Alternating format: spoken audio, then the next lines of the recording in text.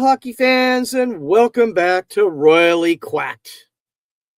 You know, it's a beautiful Saturday morning.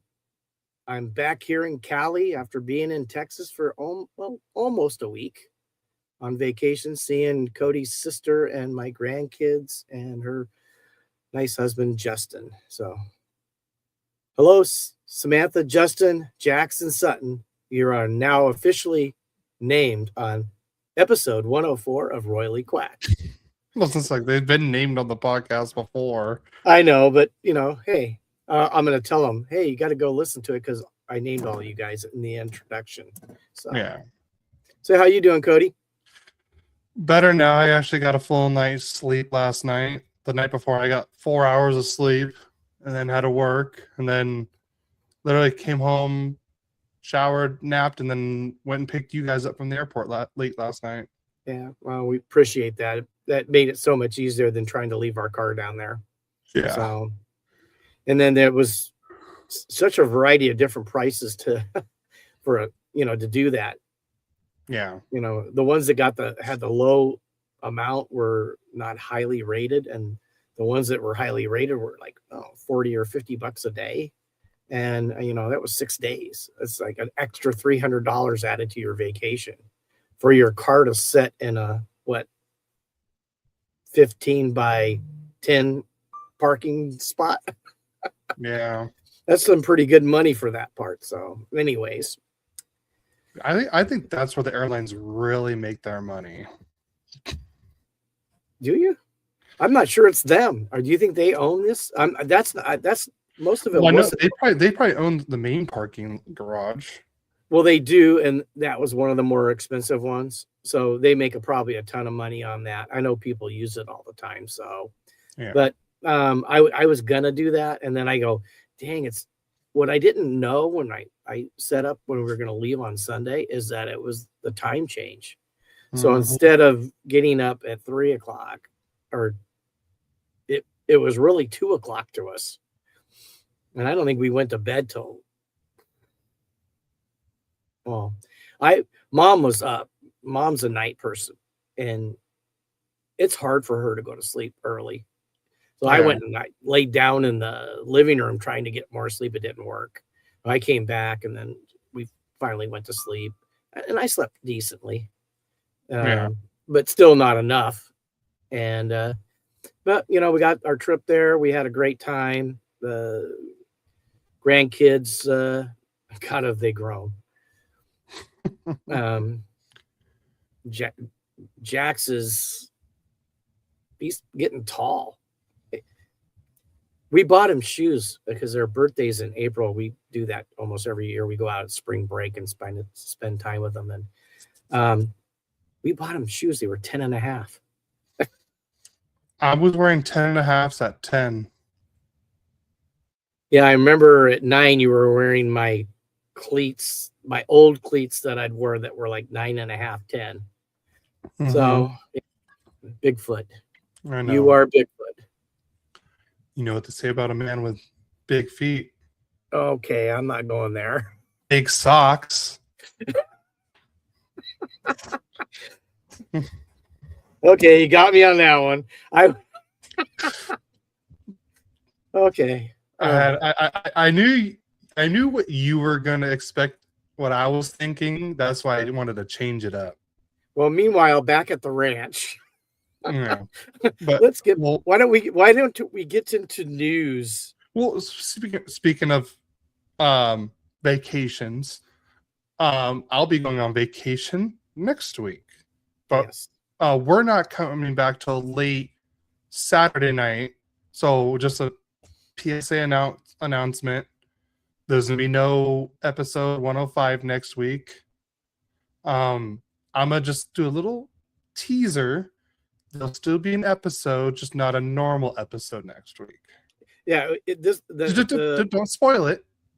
I'm going to say it's not going to be live. No live stream next week. It'll be a pre-recorded episode that's going to come out next week. So yeah. I just want to give everyone a heads up now. And guys, if you think, okay, they're not going to be live, It's not going to be any good. You're going to want to hear this one. Mm-hmm. Gonna want to hear this one. I'm excited for it. It's, we've had a few people on our podcast that, were special, really special to me. Eddie Garcia. I mean, I was flabbergasted and surprised when Cody had him on, and we've had him on one or two more times, and then we've had him on like 3 times total. I want to say. Yeah, I want to say that. Yeah, and then we had Jesse Cohen on, and that was incredible. This is just as incredible. We're not going to spoil it. You're going to have to come back and just listen to it. It'll be Monday the 15th it'll come out on podcast. It'll come out. Oh, let me pull up the calendar. No, the 23rd. Sorry. I'm thinking next week. It's a week from next week. So yes. Yeah, thanks. All right. I'm still a little jet lagged. Yeah, I think it's just normal. Yeah, well, par for the course. Let's go. All right. Well, back to our regular scheduled programming. We'll get into Ducks and Kings news. Definitely a lighter week on the news front, but I'll start with the Ducks news. This is what Ryan Strome stated that after being traded to Calgary. He said, and this is his words, so quote, "Tough to put into words how much I have loved playing for the Ducks. I know the team is in a better place than it was a few years ago, and I'm very proud of that. I'm going to miss all the great teammates I had at Anaheim, the fans who opened my eyes to how much hockey matters in Southern California, and all the relationships I've made the past 4 years. I always gave my best effort on and off the ice to represent the organization the best I could. And I'm looking forward to this new opportunity. Calgary, I am excited and very grateful to represent the Sea of Red and play in Canada again." Quote. Yeah. What a great statement. I've always liked Strome. So. I have always liked him too. I mean, honestly, remember I said Fogle and for Strome? Yeah. I mean, we need a center, and he's a center. I think I'm the one that mentioned that. I'm not sure. But I know I was thinking it if I didn't say it. It would have. I just think neither one of them was representing their team enough. So maybe a change of scenery for both of them not only would help their team, but also help themselves become, the player they could be. Because we know they both have it in them. They're both very good hockey players. So, yeah. So I said, good luck in Calgary, and he did score in his first game with Calgary last week. So, all I got to say, if he scores a game winner against the Kings, I'm going to be mad at you guys for sending him over there. And I'd be very happy. Yeah, unless he does it against you. Yeah, then I'd be very sad. All right, next bit of news. This is the dramatic news that has a whole one side of Canada, one team in Canada just up in flames, pun intended, but not that team. The NHL Department of Player Safety handed Radko Gudas a 5-game suspension for a knee hit on Austin Matthews, which resulted in a season-ending MCL tear for the Leafs star. This is the maximum suspension possible via the phone hearing. So you either have a phone hearing or you have an in-person hearing. If you get a phone hearing, the most you can get is 5 games, and Gudas got the max on that. And Gudas is eligible to return on March 24th versus Vancouver for the Ducks. Wow. So, a lot of dramatic on this one. I know it kind of already spoiled one of the league news with the Matthews injury. It was interconnected. You couldn't help it. No, I know. But I'll just say, but Austin Matthews is done for the year with that injury. He had a grade 3 MCL tear and a quad contusion injury, and yes, he'll be done for the rest of the year. Like I said, never wanted to see Gudas hurt another player like this, especially like Austin Matthews. You don't want to see anything like this happen, but just the responses from other fans and other podcasts is just completely horrible. Like, I'm not going to name the podcast, but he literally came out and said that the next time the Ducks and Leafs play on March 30th, so at the end of this month, that they should go and target Leo Carlson and other Ducks players. So, Wow. there's the huge difference between a hockey play and prematurely going after someone before anything even else happened. And that's just 100% wrong. I hope he didn't mean what he said. I really hope not. But for him to even come out and say that, like, we've all seen our players get injured and stuff like that. Like, I mean, I don't hear any Kings fans wanting to go and see anyone injure Alex Ovechkin because Tom Wilson hurt Fiala at the Olympics. Even though it really wasn't Tom Wilson's fault. It was just a weird collision in general. Yeah, well, what happened to Drew last year in the preseason? Broke his ankle. I don't remember how he got the injury. It was up against the boards, and a guy hit him there. I didn't see anything dirty. It's just it was a weird circumstance that happened. And how do you really know what somebody else is thinking when it happens? I mean, you're talking about the most elite athletes in the world playing this game, and a lot of them are. I mean, in comparison to probably 20 years ago, most of them are in better shape than ever. They're stronger, they're faster. The technology with the equipment and everything else. I mean, they're playing, and everybody's trying to win the game. I mean, you can tell sometimes when it's intentional, and I did not see the play with Gudas, but you can't go knee to knee no matter what. And I mean, I think the suspension is definitely fair, but to have someone want to target somebody else and have an injury like that is just, that's ridiculous. I mean, yeah, absolutely. I'm not gonna name names, but them just coming, and let's just say it's a very famous Leafs podcast. That's all I'm gonna say. Well, and Ducks fans, I've seen it on Twitter. I've seen everyone reposting what he said and how he's saying bad words about him even mentioning that. Like, how can you even say that kind of thing? Like, that's the only thing that really pissed me off about this. And like I said, and I'm actually going to also skip forward to one of the questions we had because it has to do with this. From McKenna_Waldman on Instagram, see message saying, do you think Radko Gudas should have been suspended for more than 5 games? Yes, he should have. Well, it was not a safe play. It wasn't a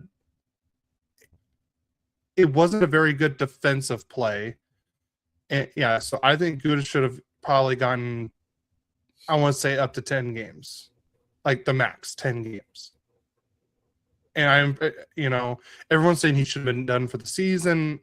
I mean, I've seen a lot worse plays that did not even get 5 games. So it was all done in a transition play. Yeah. And obviously we know that Radko isn't quite as fast or talented as Austin is. Austin made a move. He tried to stay with it. They hit knee to knee. Now, to me, and this is, I didn't even see this play, but Malkin hit somebody in the head with a stick. Yeah, and that was on purpose.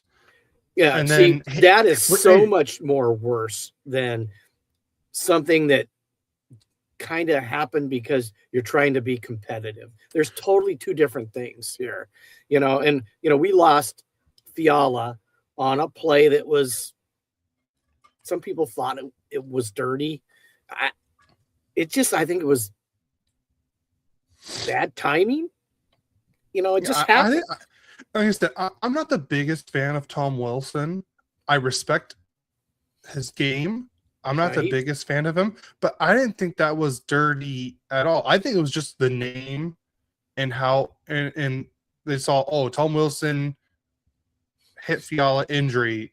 Let's go after Tom Wilson. I was watching. I'm like, no, I didn't think what Tom Wilson did was bad for that. What Radko Gudas did was bad. I will say that. He could have played that so much better. He was caught in a bad spot, and he made it so much worse for the choice he made. So, yes, I think Gudas should have gotten more than 5 games. I think it should have been 10. It should have been around 10 games. Well, I think I can think of a whole lot worse things, and they were in actually 2 other sports. I believe it was Juan Marshall, and I think he's a Hall of Famer. He hit Roy Campanella in the head with a bat.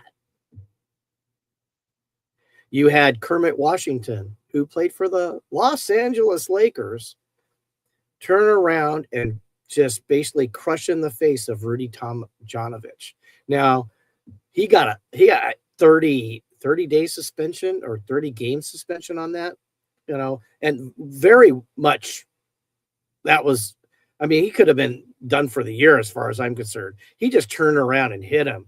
And Kermit Washington was, that Buffy big forward. He was an okay player, but he wasn't like a superstar. And Rudy Tomjanovich was a star. I think it was Houston Rockets back then, and crushed in his face. Now that really deserves punishment.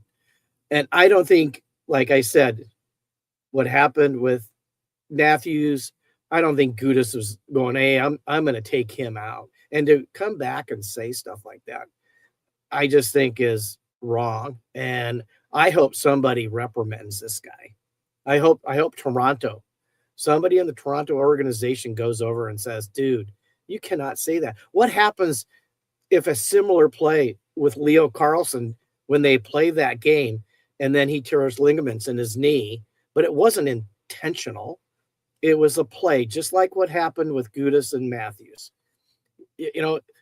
These things are going to happen, and we don't have complete control over those things, especially when they're trying to make competitive plays. And you got these guys on skates, and they're going pretty fast when they're skating. Yeah. And they hit knee to knee. So, we got to worry about what we can control. And most of the time, the only thing we can control is how we react to stuff. And it's a work. It's a hard thing to do. Sometimes you don't control it. And then it just becomes worse. So, my dad always told me, you can't worry about what you can't control. Yeah. And he goes, the only thing you can control is how you react. And I try to remember that, and I'm still not very good at it. I'm just being honest with you guys. I'm not very good at it. Sometimes it just, your heat, passion all gets in there, and the wrong thing is done, said, and obviously I think that happened with Kermit Washington. It was a very physical game. He was upset. He turns around and punches the guy in the face, and the guy was out for couple months. He had to have reconstructive surgery on his face. He actually did coach the Lakers for, I think, 2 seasons after his career was over. But let's move on to something else. Yeah. So, like I said, what Gudas did was bad. Yes. Deserved penalty or suspension. Yes. Did he deserve more? I believe so. Yes. So yeah, I agree with all that. And what that other podcast said was horrible. Yeah. All right, and then last bit of Ducks news. According to CBS Sports, Terry remains out until at least March 15th with an upper body issue. So he could be back hopefully within this next week. Yeah, maybe tomorrow. Oh, yeah, tomorrow is the 15th. I don't know why I did not think it was the 15th. It's been a crazy week. Yeah. Okay, let's get on to Kings news. A little levity to go after talking about all that stuff with the knee-to-knee thing. After buying a Rolex for Bailey and doing a photo shoot playing 5 games for the Kings, Panarin switches his number from 72 to 10. Thank you for the trade for Perry to Tampa Bay for that. But now Bailey's number 72 again. And actually, Panarin, it's the number he wanted all along. And speaking about numbers, Matthew Joseph is wearing number 17, and Scott Lawton will wear number 21. And if you know anything, that's my favorite number. And he's actually played really well with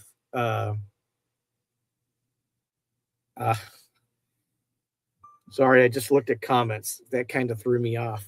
Yeah.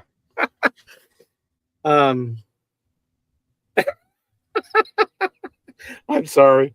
We're not going to repeat any of that. Now, let's go on to some good Kings news. LA Kings captain Anze Kopitar is now just 1 point away from tying Marcel Dionne for the most points in Kings franchise history. On top of that, he did surpass Marcel Dionne. I mean, Kopitar had 221 goals and 387 assists for 608 points, while Dionne had 262 goals, 345 assists for 607 for the most road points in Kings history.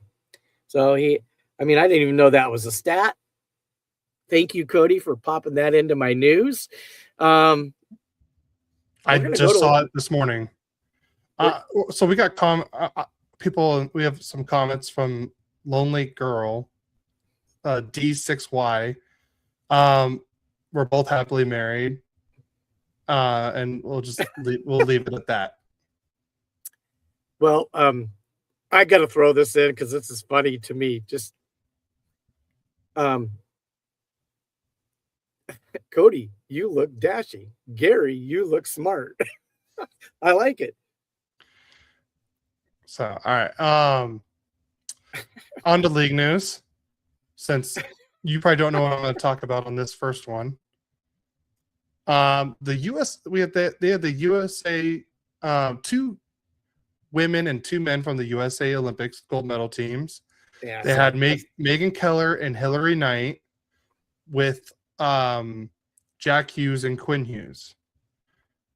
Because they had the heated rivalry star Connor Story on Saturday Night Live. Sorry. So, and I'm gonna tell you this: Megan Keller and Hillary Knight were a lot better with their lines than Quinn and Jack were.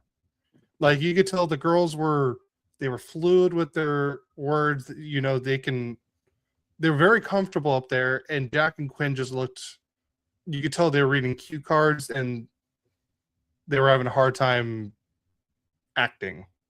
Hi, my name is Jack Hughes. This is my brother, Quinn.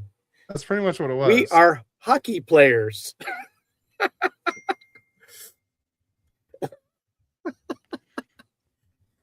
Hey, there's a hot girl that just made a post. Yeah. Your mom said we can ignore that. So let's move on. There we go. So like I said, it was, I did like how the girls did say, like, oh yeah, we were here and we thought we would invite the guys along. Like I said, I loved it and I knew what it was towards. I thought it was hilarious. But I can tell you this: the girls were a lot better with their lines than than Jack and Quinn were. Do you think maybe that was all part of it? That they kind of did that so the girls had, because we all know No, it we all know what I happened. I really think that the girls are just better at acting than Jack Yeah. and Quinn are. Well, they're definitely passionate because they felt like they got slighted, and they did. And if you want to talk about the most dominating hockey team at this year's Olympic, it was definitely USA Women. They were incredibly great team. Yeah. They should be very proud of that accomplishment. And but it was funny. Yeah. I mean, I did see it. So Okay. All right. You want to say the next bit of news on the league? yeah, the Utah Mammoth have signed Nick Schmaltz to an 8-year, $8 million AAV contract extension. Congratulations, Nick. You deserved it. You played well. Yeah. And just another UFA off the boards for this year's free agent class. It's really looking worse and worse. Yeah, there's literally gonna be like nobody left, and I feel like we're gonna see more trades than signings this year. Well, that's it's funny is the Kings, they're more of a trade team than a big huge free agent that comes in. Well, there are no huge free agents this year. Well, I know, but they never sign a huge they didn't sign Gretzky. They traded for him. Fiala was a trade. I mean, you think of the better players in the past. They were all got. I mean, Marcel Dion was a trade. So, anyways, yeah, I like Schmaltz. He would have been a great pickup for either one of our teams if he would have been available. So, yeah. Let's go to the next bit of news, Cody. That's yours. Yep. The NHL has modified the penalty against the Ottawa Senators for the invalidated Evgeny Dadonov trade. So, if you guys don't remember, so Dadonov got traded from Ottawa to Vegas, and Vegas was trying to do some salary dump.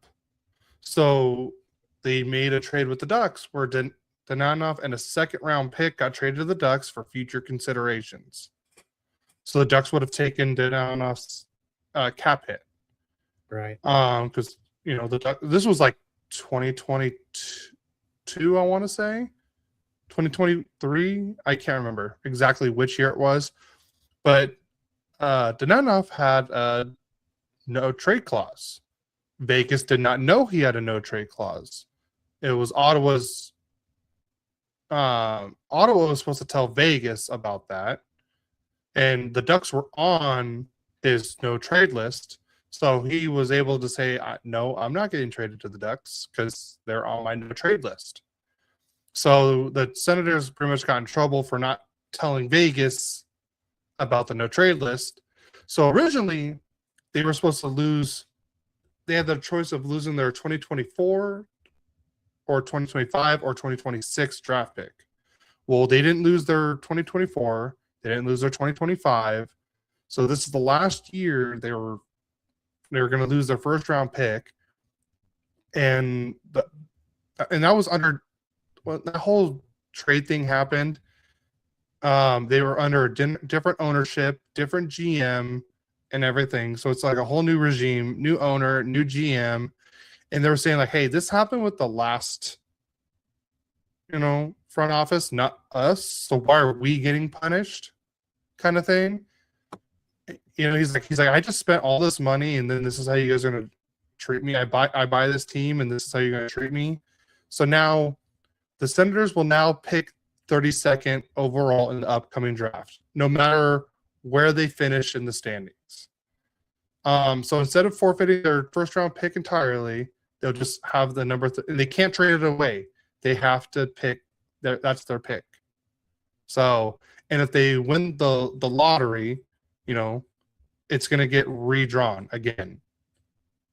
So Wow. because they have to pick 32nd overall no matter what. And then they paid like a $1 million fine on top of it. Well, we're glad that's over with. So there's that news.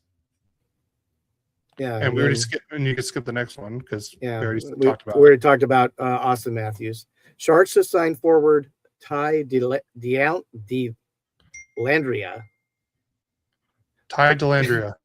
To a 2-year extension for $1.625 million AAV. Sometimes I wonder, it's so much money, it's round down or round up.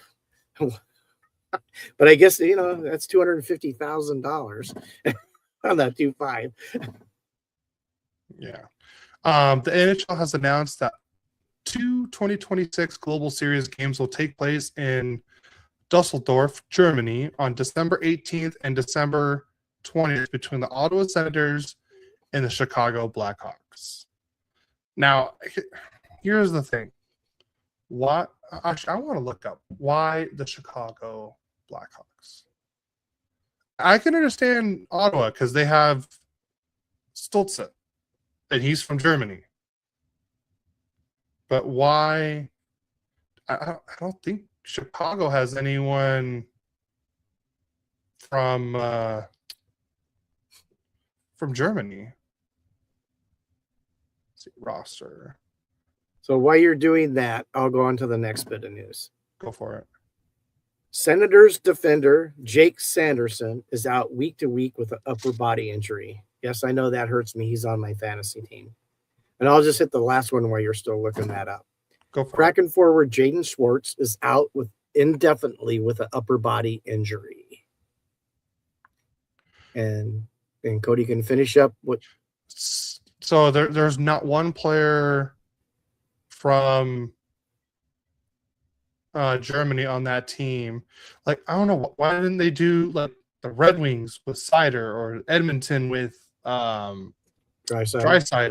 Like, why Chicago? Is it because Bedard? That Germany wants to see Bedard, but I mean, you could have sent Edmonton over there, and they could have seen Connor McDavid and Draisaitl.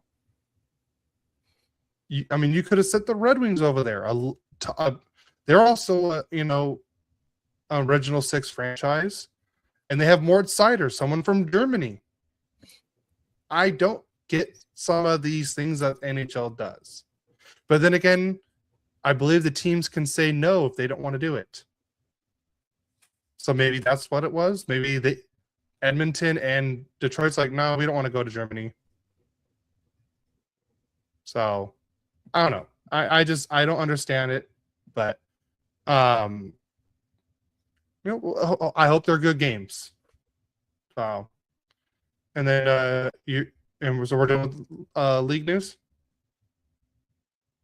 I think we're done. Okay, cool.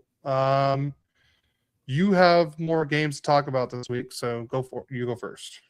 Okay, let's talk. And this was, I believe, last Saturday, right? Yes, last Saturday they played Montreal at the Staples Center. Huh. The game started off pretty good for the Kings. So just get to the scoring real quick here. So why are you doing that? I'm not knocking Germany. I'm knocking the choices of teams that are going there. That's it. Oh, Captain Chaos strikes again. He should come up with a little introductory da-da-da-da-da-da or something like that. Captain Chaos. It has to sound more like evil sounding. Dun, dun, dun, dun, dun, dun, Oh, dun, don't do that for too long. We'll get in trouble with YouTube. I'm done. Okay, we'll go to the first period. The Kings start off the scoring with the captain, Anze Kopitar, with his seventh goal.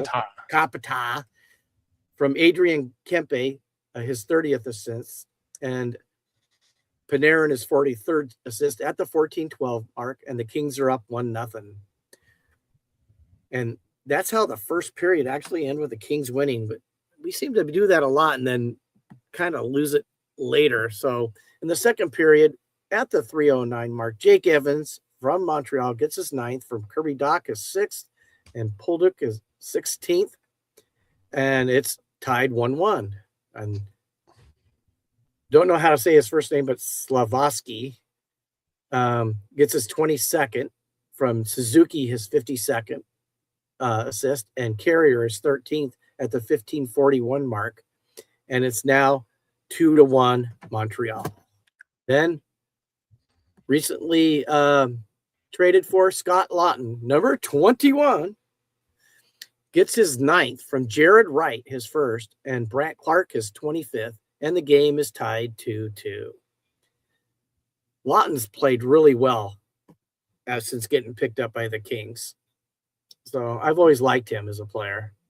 In the second period, 2-2. Then Alex Laferriere gets a 16th from Clark is 26th, and Moore is 10th at the 6:44 mark to put the Kings up 3-2. But then on the power play, Slavoski gets his 23rd from Lane Hudson, his 53rd, and Nick Suzuki, his 53rd, at the 14:38 mark, and it's tied 3-3. Then Nick Suzuki gets his 21st from Slavoski, his 29th, and Caulfield is 27th at the 15:27 mark. Montreal makes the comeback and wins the game 4-3. Let's go to the stats.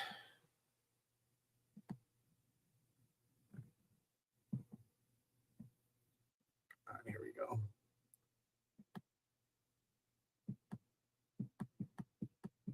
The Kings outshoot Montreal 39-23. That's a wide margin. Face off 51.1% for Montreal. The Kings 48.9%. The Canadians were 1-for-1 on the power play. Kings were 0-for-3. On hits, the Kings 32, Montreal 21. Blocks, 16 for Montreal, 13 for the Kings. Giveaways, Kings had 13 giveaways to Montreal's 10. Takeaways, Kings had 8-3. Let's go to the 3 stars of the game. And Brant Clark was the 3rd star with 2 assists. Nick Suzuki was the 2nd star with a goal and 2 assists. And Slavoski was the number 1 star with 2 goals and 1 assist. Now on to your game, Cody. All right. So we're going to start with a really crappy game from last week. The Ducks got blanked by St. Louis. What the hell? Was it Hofer or was it Bennington? It was Hofer. I think he might take over number 1 there. Yeah. He's definitely been the better of the two, but still not. I know his stats aren't that much better, but he is better. But the Ducks, honestly, it wasn't just Hofer playing well. I mean, he played good, but not like I wouldn't say the Ducks got goal lead. I would say the Ducks just plain sucked this game. You know, it was like just every time they were in the offensive zone, it was like, all right, we'll get a shot on goal, and then that's it. It was like we didn't have any offensive zone time. Like we got, if anything, we got, like I said, 1 shot. There was no like second chance shots. You know, it was horrible. There was no scoring in the first period. Kyrou scored at the 4:22 mark to make it 1-0. Jonathan Drouin scored on the power play to make it 2-0. And then Jimmy Snuggerud scored to make it 3-0. And that was all within less than 10 minutes of each other. And then the third period on the empty netter, Pius Suter scored and made it 4-0. And that was at the 5:58 mark. So the Ducks pulled their goalie really early in this one. Here are the stats. Shots on goal 35-22. The Ducks won the faceoff percentage 58-42. But here's the thing. The Ducks were 0-for-5 on the power play, while St. Louis was 1-for-3. Hits, 20 hits for the Ducks, 8 for St. Louis. 16 block shots for the Ducks, 14 for St. Louis. 18 giveaways for the Ducks, 16 for St. Louis, and 5 takeaways for the Ducks, and 2 for St. Louis. Like, the Ducks just could not get anything going this game. They looked like they were just slow. Like, they were getting beat to the pucks, the 50-50 pucks. They were just getting beat everywhere. It was just not a very good game in general. Like, I would say, I think was it Husso that was in net this one? I believe it was Husso. Let me double check. Yeah, Husso wasn't in. Like I said, it wasn't Husso's fault in this one. I'm not blaming Husso at all. The Ducks just the team just played horrible. I mean, we got outshot in every single period. 13-7, 13-8, 9-7. Like, you can't be getting outshot like that by, especially where the Blues are at. You know? Yeah. But now the series is tied 1 game apiece for the Ducks and Blues. So the Ducks will play the Blues back in Anaheim on April 3rd. And the 3 stars of the game is, I don't know why even as a Duck is on here, but Jackson Lacombe is the number 3 star. No goals, no assists, no points. Snuggerud is the number 2 star with the 1 goal, 1 assist for 2 points. And Holfer is the number 1 with the shutout. So, yeah, I'm glad I don't have to talk about this game anymore. So let's move on to the next one. So we go to Columbus to play the Blue Jackets. And starting off the scoring, Scott Lawton with his 10th, from Dumoulin his 13th, and Turcotte his 10th at the 6:46 mark. And the Kings are up 1-0. Then Artemi Panarin gets his 21st from Hellenius, his 3rd at the 14:48 mark. And the Kings are up 2-0. Then Columbus gets on the board with Connor Garland getting his 8th from Monahan, his 19th, and Provorov his 18th at the 17:35 mark. And after 1 period, the Kings are up 2-1. Then Columbus ties it up.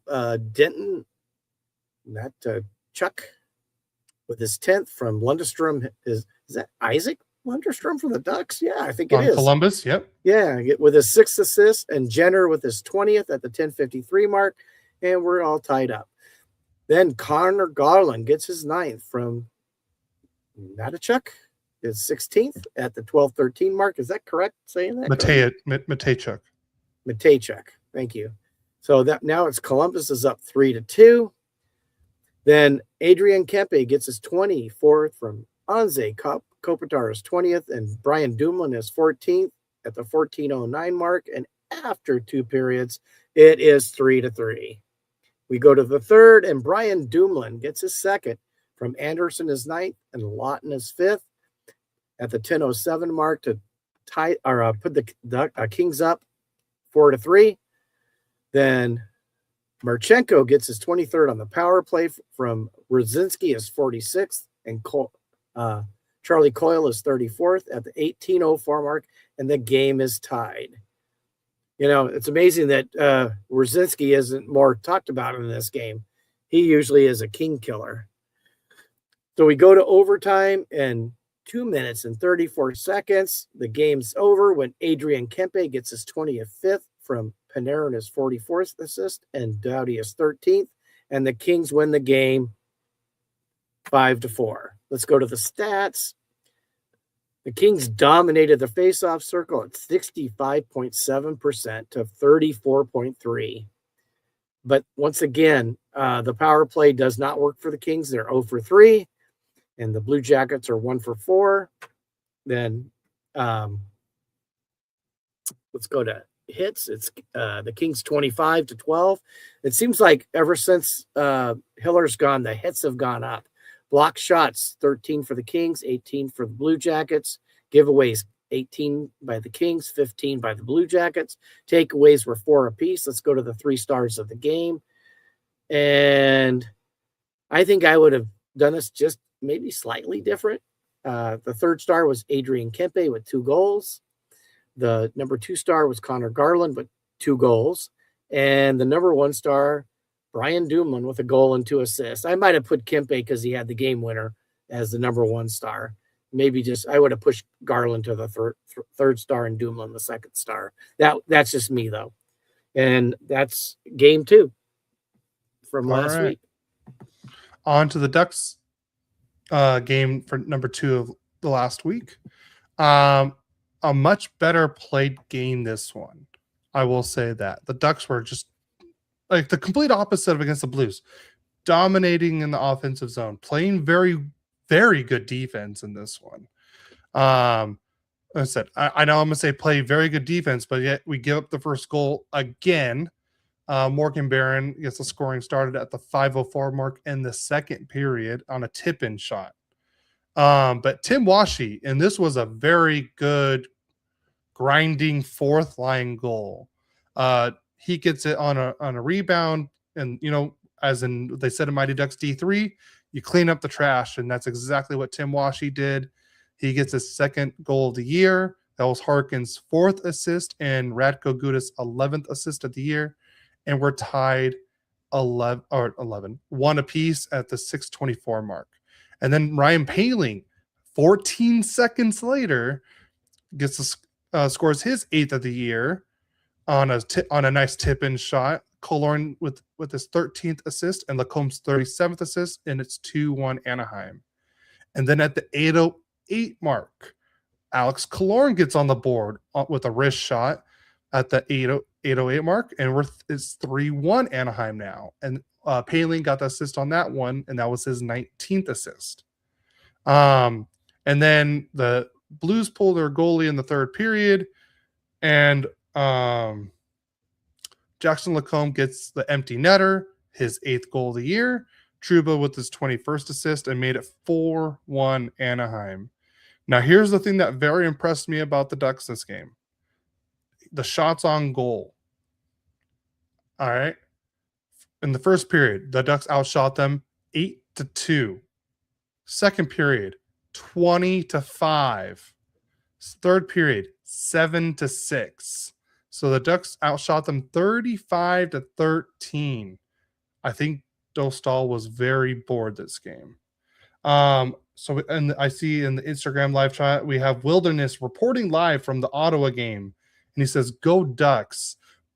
I appreciate your reporting live, but please don't spoil the game for me. I don't like to be spoiled for the games." And we got the Mighty Ducks Club in the chat saying, "Let's go, Cody." What up, Mikey? I love you, man. Hey, Mikey. Here's the other stats for the game. The Ducks were not very good in the face-off this time. 57-43. Again, 0-for-2 on the power plays. So far, we're 0-for-7 on power plays just in the last week. But again, Winnipeg was also 0-for-3. Hits, 15 apiece. Block shots, 12-11 in favor of the Jets. Giveaways, 13-12 in favor of Anaheim. And 4-3 on takeaways in favor of the Ducks. And the Ducks sweep the season series against the reigning President Trophy winners, the Winnipeg Jets. So, and I believe, in the 3 stars of the game, you had Morgan Barron was a number 3 star with the 1 goal. Ryan Poehling was your number 2 star with the 1 goal, 1 assist for 2 points. And then Alex Killorn was your number 1 star with the 1 goal, 1 assist for 2 points as well. All right. Now on to Boston. And this was a defensive battle most of the game. In fact, we didn't even get anyone to score until the third period. And Mason Laurie scores at the 8:22 mark from Lindholm, his 18th, and Arvidsson, ex-King, his 18th, to put Boston up 1-0. Then at the 14-minute mark, Drew Doughty gets his 4th from Moore, his 11th, and Kempe his 31st, and we are tied to 1-1. And this is a pretty quick game because there isn't a whole lot of scoring. We go to overtime. And basically,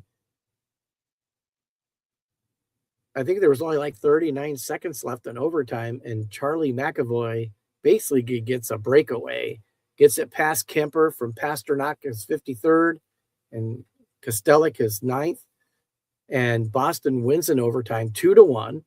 Let's go to the stats. Let's give me a second here. Boston really did kind of dominate this game, 23 shots to 16. They won the faceoff circle 55.1 to 44.9. Boston was 0 for 4 on the power play. We were 0 for 2.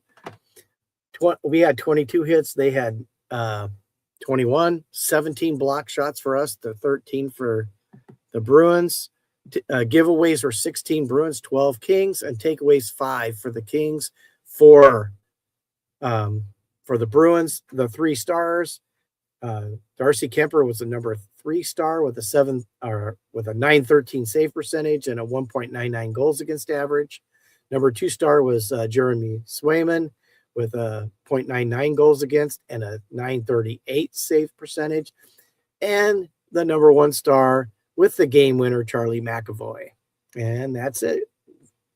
Adam says, spoiler alert, there is no game news at this time. Thank you, Adam. Yeah, I have on my phone on Do Not Disturb, so that way I don't see any spoilers. All right. Ducks last game started very well for the Ducks.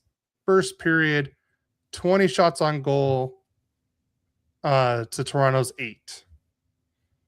And here's the scoring in the first period. Matias Maccelli gets his 14th of the year to make it 1-0 Toronto. Again, Ducks cannot score first for some reason. All right, but Cutter Gauthier gets his 33rd of the year and ties it up at the 12-19 mark. Chris Carter with his 19th assist and the Combs 38th assist. And so we're tied 1-1. And then Ian Moore gets on the board with his 4th goal. Jansen Harkins with his 5th assist. So it's 2-1 Anaheim after 1. And then Pavel Minchikov in the second at the 2:55 mark gets his 8th goal of the year. Paling's 20th assist of the year and VL's 2nd assist. So it's 3-1 Anaheim at the 2:55 mark. And then things went downhill. And for some reason, the Ducks could not stay out of the penalty box. They were taking a bunch of stupid penalties, but I know I've said this many times. The refs were really bad in this game. I saw about 10 hooks and holds against Toronto and no calls. We can't be getting away with that stuff. And there was a couple horrible blatant ones. Mom says, I'm okay with not scoring first as long as we score last. I mean, yes, I'd prefer them to get leads and hold leads. And I agree, as long as we're the ones winning at the end, if they score first, that's fine. I mean, you could still score last and lose, technically. Like in this game, we scored last and still lost. Austin Matthews on the power play gets his 27th of the year, so it's 3-2 Anaheim. And then that's when the Austin Matthews injury, Radko Gudas penalty came up, and it was a 5-minute major, got kicked out. So Toronto had 5 minutes of a full power play, and they definitely took advantage of it. Tavares at the 16:26 mark on the power play ties it up 3 apiece. And then they were still on it in the third period. Power play for William Nylander, 4-3 Toronto, and that's a 36-second mark. And then the Ducks get a power play, and we give up a goal. Former Duck legend Bo Grew gets his first goal of the year, his 2nd career goal, and it's, of course, against the Ducks. He scored 1 for the Ducks, and he scored 1 against the Ducks. So now we're down 5-3. And then Matthew Nyes on the empty netter at the 18-12 mark gets his 17th of the year. So it's 6-3 Toronto. And then Alex Killorn gets what we call a garbage time goal. It made it 6-4 Toronto. We can't be taking that many stupid penalties during this time. Like, this is a game the Ducks should have won. Like, before this game, you want to hear an interesting stat, Dad? Sure. You know, the Seattle Seahawks had a more recent win than the Toronto Maple Leafs before this game.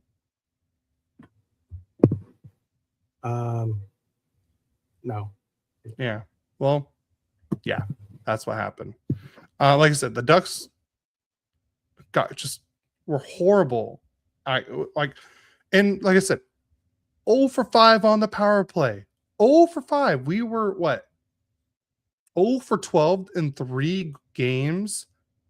The power play has to be better. We got to score goals on the power play.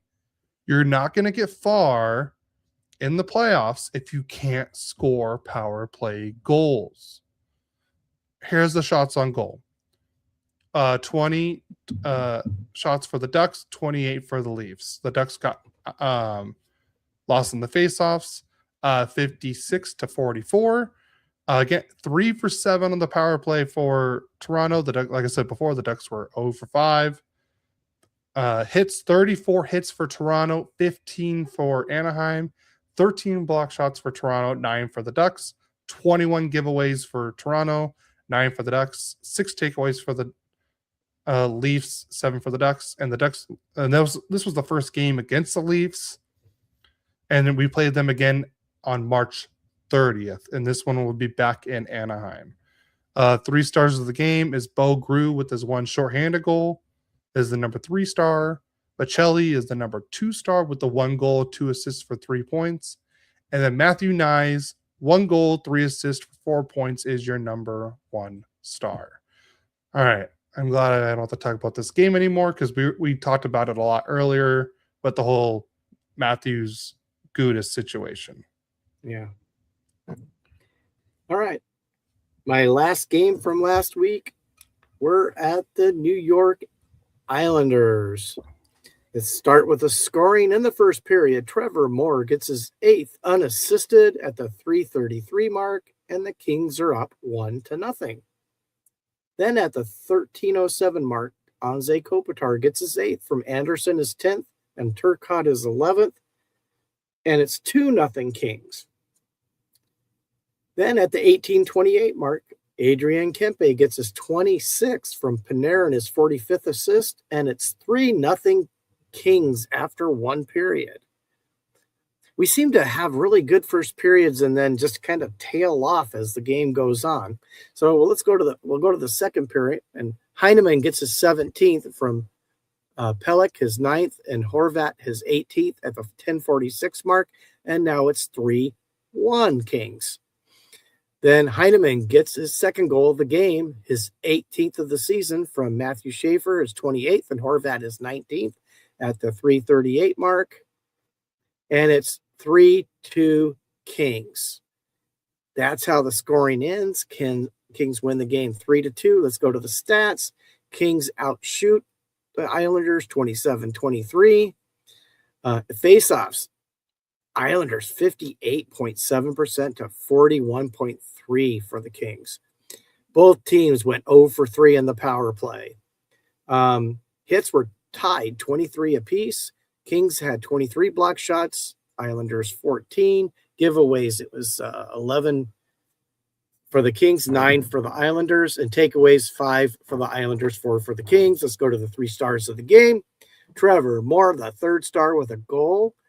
Heineman with 2 goals as the 2nd star, and the number 1 star, the captain, Anze Kopitar with a goal, and that finishes off the season. Or that season, the week, I should say. Sometimes it feels like the season should be over. Yeah. Adam says, so much for trying to get Matthews to Anaheim now. I mean, I have not even ever heard. I heard the Kings were interested. I've heard the Ducks, but more recently it's been Kings more than Ducks. Here's the thing. What do you gotta trade to get him? I mean, here's the thing. Would you trade Carlson in that trade? Nope. Would you trade Gauthier in that trade? No. Would you trade Lacombe in that trade? Yes. Okay. But you know it's gonna be more than that for Matthews. The thing is, like, Matthews is a franchise player and everything, but I don't know. With his injury, like I know this last injury is not his fault, but even before that, he was always having injury issues. So like I said, it's and like I said, he doesn't really perform in playoffs as well, too. We have another chat. The Gudas suspension is a joke. He deserves the suspension. I'm not doubting that. It was a stupid, careless play on Gudas's part, but it's getting more blown out of proportion just because of which team it was against more. And the Toronto fans aren't making it better. But like I said, I don't know. I rather not spend the farm just to go get. He's talking about that one. He's saying the Gudas suspension should have been for the rest of the season. Nah, I don't. I don't think I've ever seen a suspension that long for something like that. It shouldn't have been 10 games max, is what I would have said. But like I said, I don't know. Matthews is always hurt. He doesn't perform well in the playoffs. He struggled in the Four Nations. He was a lot better in the Olympics. I will say that. But like, I don't know. He hasn't been. His play has definitely slowed down the last couple years. I think this season losing Marner might have hurt. Yeah. Because Marner is a big assist guy, and Matthews is a goal scorer. Yeah. So, what are you smiling about, Cody? No, Christina's walking in here in the office. All right, you want to get into game predictions? Yeah, because we got a lot. So realizing we're going to be doing 2 weeks of predictions. Yep. So you want to go first, or you want me to go first? I'll go first. Go for it. So today they're playing the Devils. I have them losing 4-3 to the Devils. Then Monday they're playing in New York against the Rangers. I have them winning that game 5-2. Then Thursday they're in Philadelphia to play the Flyers. I have them winning 5-4. Then a week from today they'll be playing the Buffalo Sabres at home. And I have them losing that game 6-3. Buffalo is all of a sudden turned into some kind of powerhouse. They're fighting for the conference lead against Tampa Bay up there. Yeah.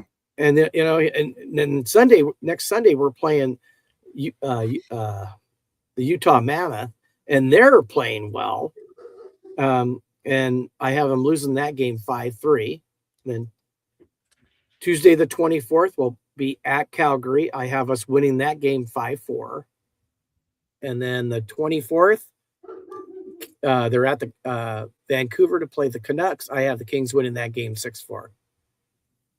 And those are my predictions. All right, my predictions. The Sabres are number 1 in the Atlantic right now. Oh, did they? I did not know that. I know they were right there with Tampa Bay.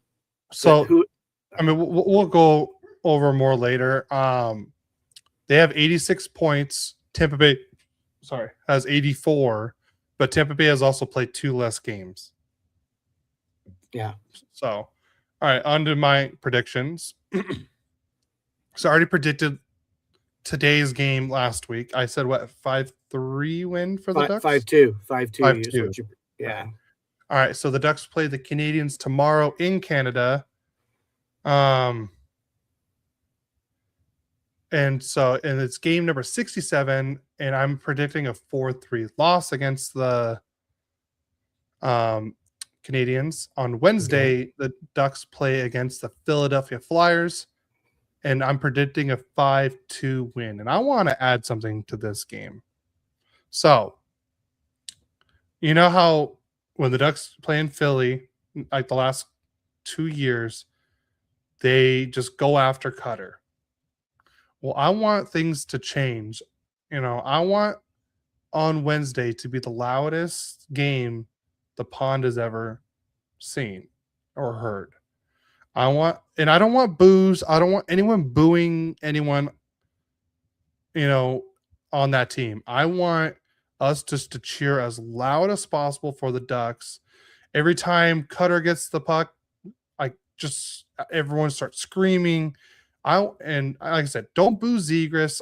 What he did was wrong, but let's make it like he misses being in Anaheim instead of thinking he made the right decision to leave. Like I want us to be loud and proud to be Ducks fans on Wednesday against the Flyers. Like how they do more like Philadelphia fans, they were always booing, they're saying F you Cutter. No, we're not doing any of that. I just want us to be loud and proud of the Ducks and just be super happy at this game. Like I said, I want it to be the loudest as possible. So like I said, I'm gonna be out of town, so I will not be able to attend the game. But that's just what I want. So next game is Friday, game number 69. The Ducks will go to Utah and face against the Mammoth. And I'm predicting a 6-5 win for the Ducks on that one. On Sunday, the Ducks will host the Sabres for game number 70, and I'm predicting a 4-2 loss on that one. On Tuesday, let's see, the Ducks are game number 71. The Ducks are doing a little Western Canadian trip, and they're going to Vancouver. I'm predicting a 5-2 win. And then on Thursday, game number 72, the Ducks are in Calgary, and I'm predicting a 4-3 win. Okay, so we got our predictions down. Yep. You have the Ducks going 5-2. Yeah, if you include the Senators. Yeah, and I've got the Kings going 4-3. And that knee-on-knee hit could have been more deliberate from Card Hut. I didn't see that it was deliberate. I just think he was trying to stay in front of him. All I can say is, if Gudas wanted to really hurt Matthews, he wouldn't have done it that way. Yeah. And I don't think we have any bias because I'm really not a Toronto fan. I mean, I do respect the play of Austin Matthews. It doesn't really I don't think that factors in that I would have any bias towards that.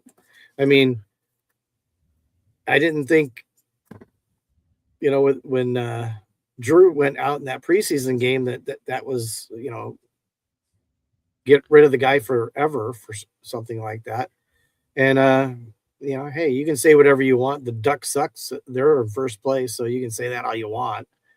I'm just saying this, like, the Sharks have been great to watch this year. I said, Celebrini's been so fun to watch. He's my heart winner. If I had to choose someone to win the heart, it would be Celebrini, because like what he's doing on that team is just, it's amazing. Because like it literally says in the most valuable to their team, and who's more valuable to their team than Celebrini to the Sharks? Incredible talent. Fun to watch play. I guess everybody could have an opinion, of what they think, and he obviously has his opinions, and so we disagree. Yeah. I can tell you I'm not blind, by the way. I find that a little offensive, a little harsh.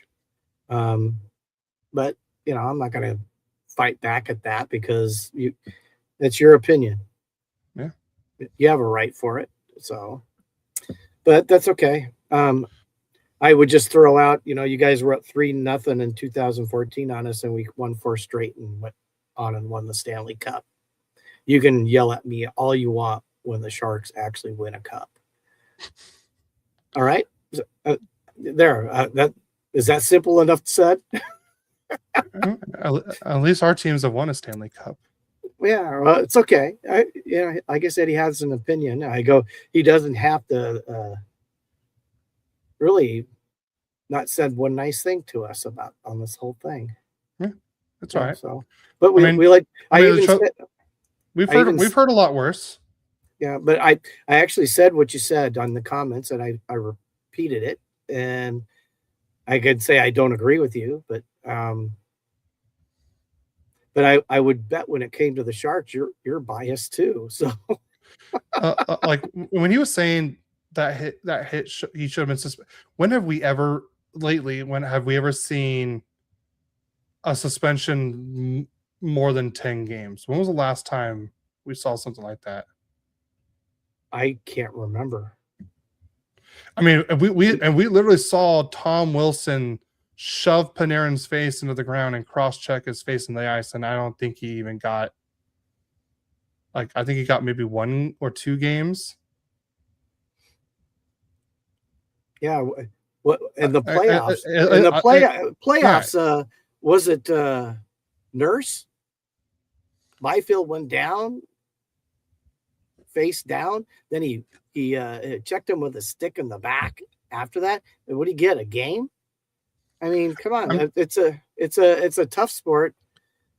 People are going to get hurt, and obviously, if it would have been even so intentional, there would have been probably more ramifications. Like I said, what Gudas did was horrible, and I can tell this guy did not listen to the beginning of the podcast where we literally talked about someone wanting another player to purposely get hurt in the next game, and they come out and say that. I'm gonna say I don't wish anyone to get injured at all. I honestly I wish that play never happened for Gudas. It was the wrong play on Gudas, 100%. I'm not doubting that, but I don't wish anyone else to get injured. Yeah. Well, let's move on, Cody. We've spent enough time on this.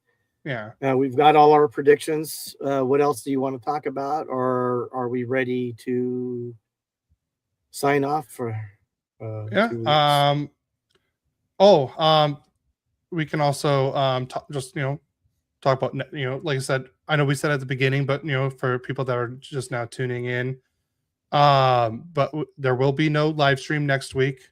We will have an episode next week, but it's gonna be a pre-recorded one.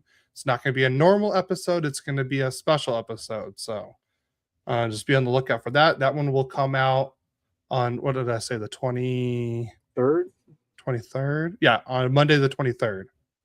So yeah. Adam says absolutely terrible. It's one thing to hit him in open ice, but it's another to go after the knee. No, like I said, what Gudas did was, like I said, horrible. But we'll move on from that. We talked about it a lot in the beginning. But anything else you want to add before we get out of here? I'm good. Yeah, special like me. He is special. I am very special. Totally agree. But no, other than that, like I said, we'll miss you guys next week. Yeah, I've skated twice my whole life, I think. So yeah, I've never. You guys have clearly never. Yeah,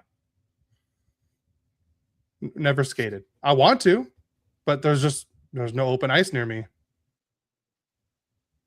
So it's not like I don't want to.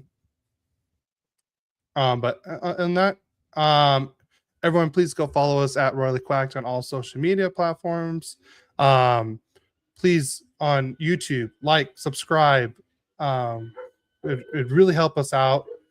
What was I going to say? What else? Go follow us on Twitch. You can also watch live there.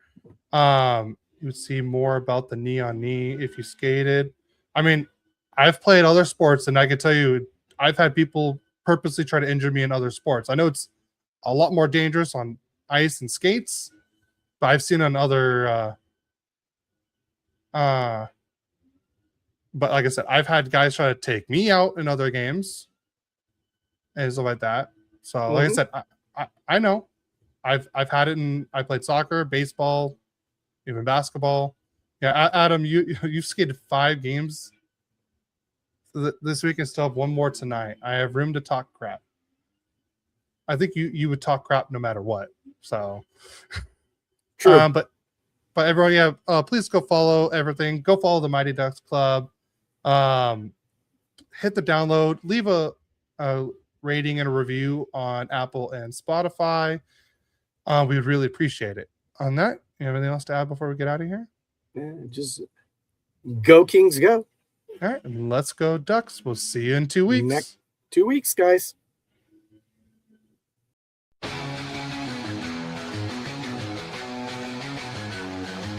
father and son, a bond so strong, talking hockey all day long. Royally Quacked, their podcast show, sharing stories, highs and lows. From the Kings to the Ducks they go, shout and go Kings.